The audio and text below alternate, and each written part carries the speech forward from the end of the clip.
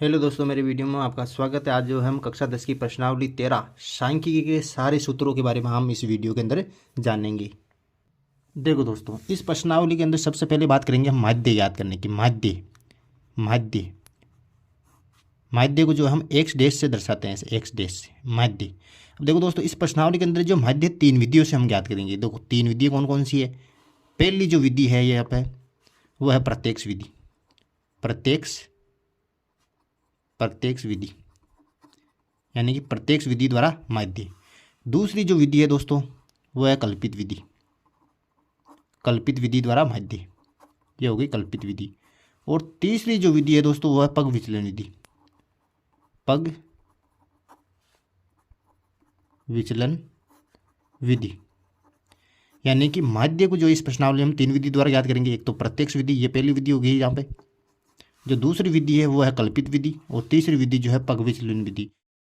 आपको जो है माध्य इस प्रश्नावली में 3 विधियों द्वारा ज्ञात करना है। आप यदि तीनों विधियों द्वारा माध्य ज्ञात करोगे तो आंसर एक ही है आपके पास आएगा। ये प्रत्यक्ष विधि है, ये कल्पित विधि है, पग विचलन विधि है। ये प्रत्यक्ष विधि थोड़ी आसान है लेकिन इसके अंदर कैलकुलेशन थोड़ी ज़्यादा है।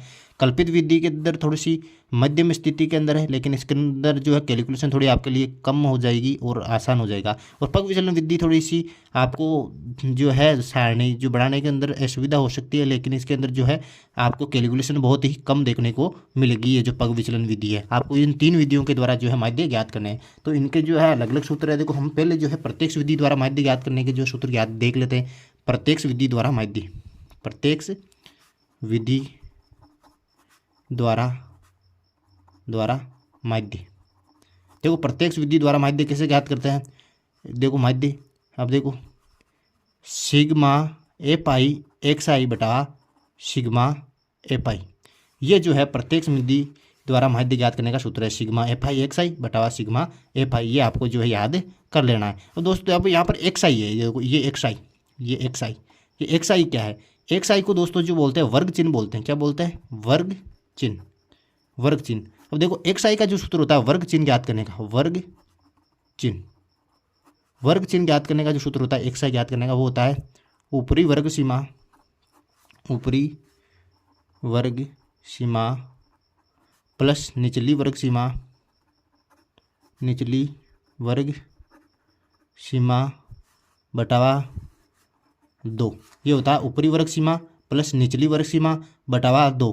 ये होता है वर्ग चिन्ह का सूत्र, ऊपरी वर्ग सीमा प्लस निचली वर्ग सीमा बटावा 2। देखो इसको इस प्रकार समझो, यदि कोई अंतराल आपको दे रखा है 10 से 20 देर का है, ये होता है वर्ग चिन्ह। वर्ग अंतराल दे रखा है 10 से 20, तो वर्ग चिन्ह कैसे याद करेंगे इसका? 10 से 20 का, 10 से 20 का इसको जोड़ना। देखो ऊपरी वर्ग सीमा 10 से 20 में ऊपरी वर्ग सीमा कौन सी है? ऊपरी वर्ग सीमा यहाँ पर 20 और निचली वर्ग सीमा कौन सी है? यहाँ पर 10। ये वर्ग अंतराल दे रखा होगा आपको, तो ऊपरी वर्ग सीमा तो हो जाएगी इसके अंदर 20 और निचली वर्ग सीमा कितनी हो जाएगी? 10 हो जाएगी। उसके बाद इन दोनों को जोड़ के 2 का भाग दे देंगे तो आपके पास क्या आ जाएगा? वर्ग चिन्ह आ जाएगा, यानी कि 10 प्लस 20 बटा 2। 20 और 10 कितने हो गए? 30। 30 में 2 का भाग देंगे कितना आएगा? 15।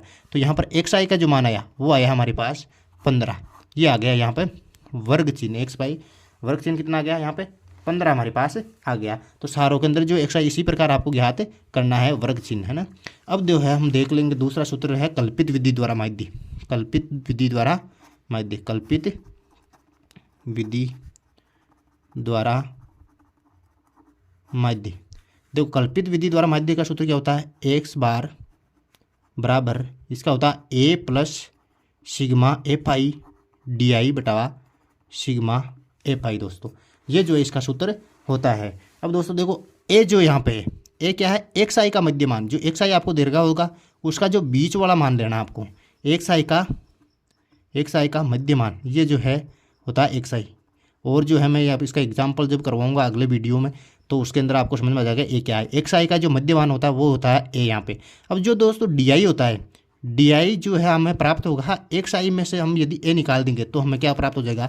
डी आई यहाँ पर प्राप्त हो जाएगा। तो ये बात हमें यहाँ पर ध्यान रखनी है। डी आई क्या हो जाएगा? डी आई में एक्स आई में से ए निकालोगे आप तो क्या प्राप्त हो जाएगा? डी आई यहाँ पर प्राप्त हो जाएगा।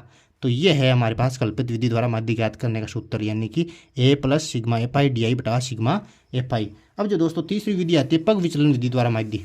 पग विचलन विधि द्वारा माध्य, पग विचलन विधि द्वारा माध्य। एक्स बार बराबर sigma a plus sigma f i u i बटा सिग्मा एफ आई गुणा एच। ये हो गया पग विचलन विधि द्वारा माध्य ज्ञात करने का सूत्र।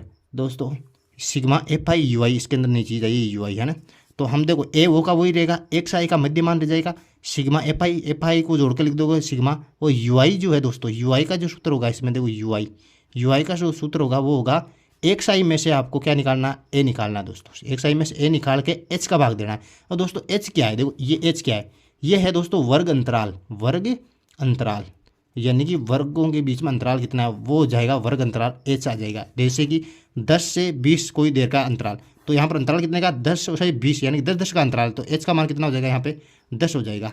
तो ये जो है पग विचलन विधि द्वारा माध्य ज्ञात करने का सूत्र है, आपको याद करना है a plus sigma f i u i बटा सिग्मा एफ आई गुणा एच।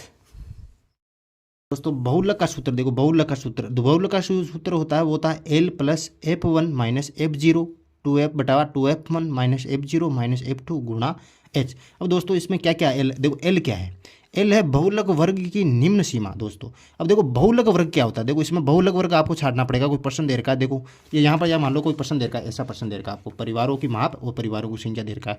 देखो पहले बहुलक वर्ग इस प्रश्न में आपको छाटना पड़ेगा। बहुलक वर्ग क्या होता है, देखो यहाँ पर देखना है एफ आई के अंदर आपको देखना है कि 7 8 2 2 1 इन संख्याओं में देखना कि सबसे बड़ी संख्या कौन सी है। सबसे बड़ी संख्या दोस्तों 8 है यहाँ पे, तो ये जो संख्या होती है यही जो है यहाँ पर बहुलक वर्ग आपको छाटना है। ये क्या हो जाएगा, इसमें बहुलक वर्ग हो जाएगा दोस्तों। बहुलक वर्ग जो ज़्यादा संख्या है उसी का जो ये वर्ग है ये बहुलक वर्ग हो जाएगा। इसको दे देंगे नाम बहुलक वर्ग हो जाएगा यहाँ पे। तो ये क्या कह रहा है, एल क्या है, बहुलक वर्ग की निम्न सीमा, निम्न का मतलब छोटी संख्या। देखो बहुलक वर्ग कौन सा है, ये वाला बहुलक संख्या है, तो इसका अंतराल कौन सा है 3 से 5 है। तो छोटी संख्या कौन सी है, निम्न सीमा, यानी कि 3 जो है यहाँ पर एल का मान कितना हो जाएगा, यहाँ पर जो एल का मान जो है 3 हो जाएगा दोस्तों। एल क्या है, ये बहुलक वर्ग की निम्न सीमा कौन सी है 3, तो एल बराबर क्या हो जाएगा यहाँ पर 3 हो जाएगा दोस्तों। अब देखो एच आ रहा है, एच क्या, एच तो आपने माध्य में भी याद किया, एच क्या वर्ग अंतराल की माप, ये अंतर कितने का है, देखो अंतर कितने का 1 से 3, 3 से 5, 2 का अंतर है, तो यहाँ पर एच कितना हो जाएगा, एच जो है दोस्तों 2 का अंतर हो जाएगा, है ना। अब यार F1, देखो F1 क्या है, बहुलक वर्ग की बारंबारता, यानी कि दोस्तों ये दो परिवारों की संख्या जो दे रखी है ये बारंबारता है 7 8 2 2 1, ये जो बारंबारता है यहाँ पर, तो ये कह रहा है बहुलक वर्ग की बारंबारता। बहुलक वर्ग कौन सा है 3 से 5 8, ये बहुलक वर्ग है, तो इसकी बारंबारता कितनी है 8, तो F1 का जो मान है यहाँ पर 8 हो जाएगा दोस्तों। F1 का जो मान है कितना है 8, ये जो है F1 है यहाँ पर F1, इसको नाम दे दो F1 जो है बहुलक वर्ग की बारंबारता, ये जो 8 है वो क्या है F1 हो जाएगा। अब देखो दोस्तों F0 क्या है, F0 क्या है, बहुलक वर्ग से ठीक पहले वर्ग की बारंबारता। बहुलक वर्ग से ठीक पहले का वर्ग कौन सा है, देखो ये बहुलक वर्ग हुआ, इससे ठीक पहले का वर्ग ये हुआ दोस्तों, ये इसकी बारंबारता, यानी कि F0 का मान कितना हो जाएगा 7 हो जाएगा दोस्तों। तो F0 का मान यहाँ पर कितना हो गया 7 यहाँ पर हो जाएगा दोस्तों। अब देखो F2 क्या है, F2 क्या है, बहुलक वर्ग के ठीक बाद में आने वाले वर्ग की बारंबारता, यानी कि बहुलक वर्ग कौन सा है, यही बहुलक वर्ग ये वाला है, इसके ठीक बाद वाला वर्ग ये वाला वर्ग, तो ये जो है F2 का मान हो जाएगा यहाँ पर 2। तो इस प्रकार से आपको बहुलक इसमें ज्ञात करना है दोस्तों। सूत्र आता है माध्य का, देखो माध्य का सूत्र क्या होता है, एल प्लस एन बटा 2 माइनस सी एफ बटा एफ गुणा एच। अब देखो इनके अंदर जो n c f f h l क्या है, देखो देखते हैं हम। एल क्या है, माध्यक वर्ग की निम्न सीमा, यानी कि माध्यक वर्ग की जो निम्न सीमा होती है वो क्या होती है एल होती है। और एन क्या है, एन है प्रेक्षणों की संख्या। देखो दोस्तों आपकी जो बारंबारता दे रखी होती है, देखो ये प्रश्न है मान लो आपके पास, ये जो बारंबारता दे रखी होती है 4 7 18 11 6 5, इनको जोड़ने पर जो पहले जो हम बारंबारता को एफ आई लिखते थे, माध्य ज्ञात करते थे, अब की बार जो है प्रेक्षणों की संख्या एन लिखना है इसको, इनका जो योग करके जो आएगा वो क्या होगा एन बराबर 51, यानी कि बारंबारता का जो योग आएगा वो उनको इसको जो नाम देना है एन, यानी कि जो प्रेक्षणों की संख्या क्या हो जाएगी बारंबारता का योग। अब जो है सी एफ, ये है माध्यक वर्ग से ठीक पहले वर्ग की संचयी बारंबारता। अब दोस्तों पहले जानेंगे संचयी बारंबारता क्या होती है। देखो एक तो इस प्रश्न में आएगी बारंबारता और वर्ग अंतराल और बारंबारता आपको दिया हुआ आएगा, संचयी बारंबारता आपको ज्ञात करनी होगी। देखो संचयी बारंबारता कैसे ज्ञात करेंगे, देखो यहाँ पर बारंबारता दे रखी 4, यहाँ पर मैंने लिखा 4, संचयी बारंबारता होगी पहले की 4 की 4 ही हो जाएगी यहाँ पे। अब दूसरे जो लिखेंगे 11, यानी कि 4 और 7 को जोड़ के लिखूंगा 11, फिर जो 29 आएगा ये 4 7 18 को जोड़ के लिखा हुआ है, फिर जो 40 लिखा हुआ है वो 4 7 18 और 11 को जोड़ के लिखा हुआ है, और 46 जो है 4 7 18 और 11 और 6 को जोड़ के लिखा हुआ है, 51 जो है इन सभी को जोड़ के यहाँ पे लिखा हुआ है, यानी कि एक पहले का 4 का 4 आ गया, फिर 4 और 7 को जोड़ के 11 लिखा हुआ। इस प्रकार से जोड़ के जो है संचयी बारंबारता आप ज्ञात कर सकते हैं। अब दोस्तों देखो CF क्या होता है? माध्यक वर्ग से ठीक पहले वर्ग की बारंबारता, यानी कि इसके अंदर जो है जैसे आपने बहुलक के अंदर बहुलक वर्ग ज्ञात किया था, इसके अंदर भी आपको माध्यक वर्ग ज्ञात करना है, माध्यक वर्ग। अब दोस्तों माध्यक वर्ग आपको कैसे ज्ञात करना है? वो ज्ञात करना है n की सहायता से। देखो माध्यक वर्ग ज्ञात करने के लिए आपको ज्ञात करना है n/2। क्या ज्ञात करना है? n/2। n का मान कितना है इसमें? n का मान जो है इसके अंदर 51, यानी कि ये हो गया 51। ध्यान से 51 में 2 का भाग देंगे तो आएगा 25.5। यह आया 51/2 का जो मान आया वो आया 25.2। n/2 का मान हमारे पास आ गया 25.2 दोस्तों। अब देखो 25.2 ये आपको जो है इस बारंबारता के अंदर, इस संचयी बारंबारता के अंदर ऐसी संख्या देखना है कि 25.2 के बाद जस्ट 12 आ रही है, यानी 25.2 से जस्ट बड़ी संख्या, यानी कि 4 जो 25.2 से छोटी है, 11 जो 25.2 से छोटी है, 25.2 से बड़ी है, जस्ट 25.2 से कौन सी बड़ी है? 29। तो यही जो है इसका माध्यक वर्ग हो जाएगा दोस्तों। ये जो है क्या है? माध्यक वर्ग छांट लेना है आपको, ये है माध्यक वर्ग इसमें। तो माध्यक वर्ग छांटने का आपको तरीका पता चल गया होगा। ये n/2 आपको ज्ञात करना है। n/2 का मान कितना आया? 25.2 आया। 25.2 से जस्ट बड़ी संख्या देखनी है संचयी बारंबारता के अंदर, 4, 11, 29। जो 29 है जस्ट बड़ी संख्या 25.2 से, ये हो जाएगा इसके अंदर माध्यक यहाँ पर हो जाएगा। अब जो L क्या है? माध्यक वर्ग की निम्न सीमा। L जो है माध्यक वर्ग कौन सा? ये इसकी निम्न सीमा कितनी है? 145। तो L बराबर कितना हो जाएगा इसमें?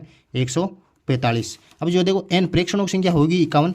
अब जो देखो CF माध्यक वर्ग से ठीक पहले वर्ग की संचयी बारंबारता, यानी कि माध्यक वर्ग कौन सा है? ये इसकी जो ठीक पहले वर्ग की संचयी बारंबारता, यानी कि 11 जो है यहाँ पर CF हो जाएगा। ठीक पहले वर्ग की संचयी बारंबारता लेनी है।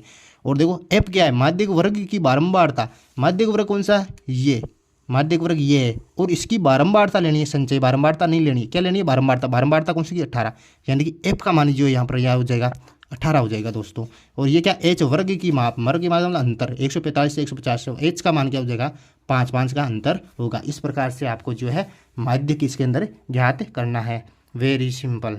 यदि इस प्रश्नावली को आपको करना है तो ये आपको सूत्र याद करने होंगे, और इन सभी सूत्रों के जो है एक प्रश्न मैं हल कराऊंगा, और उनका जो अलग से वीडियो बनाऊंगा। यदि वो वीडियो देखना है तो आपको इस वीडियो के डिस्क्रिप्शन में जाकर उसकी लिंक मिल जाएगी आपको। जो है मैं जल्दी उनका वीडियो जो अपलोड कर दूंगा, वो वीडियो जरूर देखें, क्योंकि सभी के अंदर आपको उदाहरण से आपको ज़्यादा समझ में आएगा। ये सूत्र याद करें, यहाँ से समझे, बाद में वो वीडियो देखें, वहाँ से समझे, फिर जो आप प्रश्नावली करना स्टार्ट करेंगे। मैं प्रश्नावली भी हल करा दूँगा।